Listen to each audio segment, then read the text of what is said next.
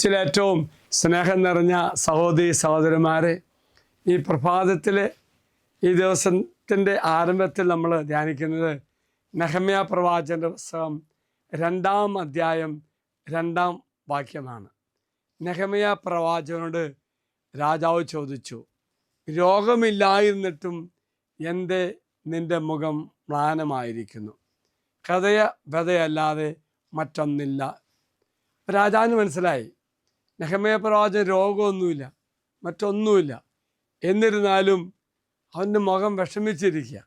അപ്പോൾ രാജകൊട്ടാരത്തെ നിയമം അനുസരിച്ച് സ്വകാര്യമായ ദുഃഖങ്ങളോ വേദനയോ ഒക്കെ ഉണ്ടെങ്കിലും രാജാവിനെ ശുശ്രൂഷ ചെയ്യുമ്പോൾ ആ ദുഃഖങ്ങൾ കാണിക്കാൻ പാടില്ല. രാജാവിനെ ഏറെ സഹായിക്കുന്ന ഒരു വ്യക്തിയാണ് നെഹമ്യാ പ്രവാചകൻ. അപ്പോൾ എത്ര ശ്രദ്ധിച്ചിട്ട് പോലും നെഹമ്യാ പ്രവാചകന് അറിയാമായിരുന്നു മ്ലാനവദനായി രാജകൊട്ടാരത്തിൽ രാജാവിന് ശുശ്രൂഷ ചെയ്യാൻ പാടില്ല എന്ന്. പക്ഷേ നെഹമ്യാ പ്രവാചകനെ ഏറെ ഭാരപ്പെടുത്തിയത് നഗരം കത്തി അമർന്ന് ജനമേറെ വേദന അനുഭവിക്കുന്നു. അപ്പം ജനത്തിൻ്റെ വേദനയും സ്വന്തം ദേശത്തിൻ്റെ വേദനയും ഒത്തിരി നെഹമ്യാ പ്രവാചകനെ ഭാരപ്പെടുത്തുന്നുണ്ട്. 4 മാസത്തോളം നെഹമ്യാ പ്രവാചകൻ ഒരുങ്ങി. ഏതായാലും ഈ സന്ദർഭത്തിൽ രാജകൊട്ടാരത്തിൽ വന്ന് രാജാവിന് ശുശ്രൂഷ ചെയ്യുന്ന സമയത്ത് രാജാവിന് കാര്യം മനസ്സിലായി. എന്നാലും ധൈര്യപൂർവം ജനത്തിൻ്റെയും ദേശത്തിൻ്റെയും കഷ്ടപ്പാട് അതിനുവേണ്ടി രാജാവിൻ്റെ അടുത്ത് നെഹമ്യാ പ്രവാചകൻ ചെല്ലുന്നു, പറയുന്നു.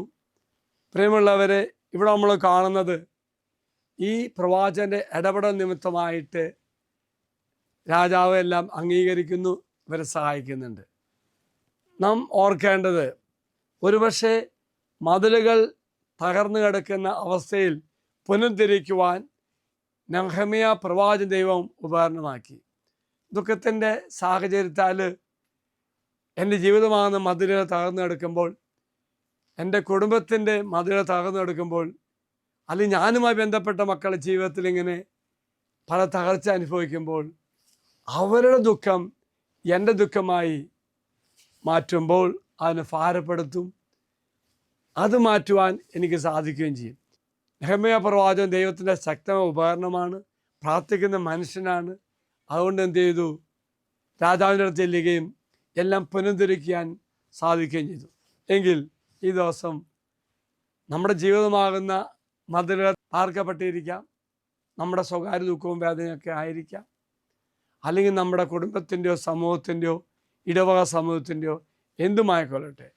ഒരു കാര്യം മാത്രം ദൈവം ഇന്നത്തെ ഈ വചനത്തോടെ ഓർപ്പിക്കുന്നു, അവരുടെ ദുഃഖവും അവരുടെ വേദനയും തകർന്ന അവസ്ഥയും എന്നെ ഭാരപ്പെടുത്തുമ്പോൾ അതിനുവേണ്ടി ഞാൻ പ്രാർത്ഥിക്കും. നെഹമ്യാ പ്രവാചകനെ പോലെ അവർക്ക് വേണ്ടി ഞാൻ എൻ്റെ കരങ്ങൾ ഉയർത്തും. അപ്പോൾ ദൈവം എന്നെ എടുത്തുപയോഗിക്കും. എങ്കിലും പ്രിയമുള്ളവരെ, നന്മ ചെയ്യുവാൻ ഇന്ന് കിട്ടുന്ന അവസരം നഷ്ടമാക്കരുത്. അതിലപ്പുറമായിട്ടും മറ്റു മക്കളുടെ ദുഃഖത്തിലേക്ക് കടന്നു എന്ന് അവർ രക്ഷിക്കുവാൻ നമുക്ക് സാധിക്കുകയും ചെയ്യട്ടെ എന്ന് പ്രാർത്ഥിക്കുന്നു. നന്മയുടെ ഒരു വ്യക്തിയായി മാറുവാൻ, നന്മ ചെയ്യുവാൻ, മറ്റുള്ള ദുഃഖങ്ങൾ നെഞ്ചിൽ പേറുവാൻ നമുക്ക് സാധിക്കട്ടെ എന്ന് പ്രാർത്ഥിക്കുന്നു. ഈ ദിവസം ദൈവം എല്ലാവരും അനുഗ്രഹിക്കട്ടെ. നമ്മുടെ അമ്മ നമുക്ക് വേണ്ടി മാധ്യസ്ഥം പ്രാർത്ഥിക്കട്ടെ. അച്ഛനീശ്വര ആശീർവാദം തരാം. നമ്മുടെ കർത്താവായ മിശിഹായുടെ കൃപയും പിതാവായ ദൈവത്തിൻ്റെ സ്നേഹവും പരിശുദ്ധാത്മാവിൻ്റെ സഹവാസവും നാം എല്ലാവരോടും കൂടി ഉണ്ടായിരിക്കട്ടെ, ഇപ്പോഴും എപ്പോഴും എന്നേക്കും. ആമേൻ. ഒരു നല്ല ദിവസം ആശംസിക്കുന്നു. എല്ലാവരും കർത്താവ് അനുഗ്രഹിക്കട്ടെ. Praise the Lord.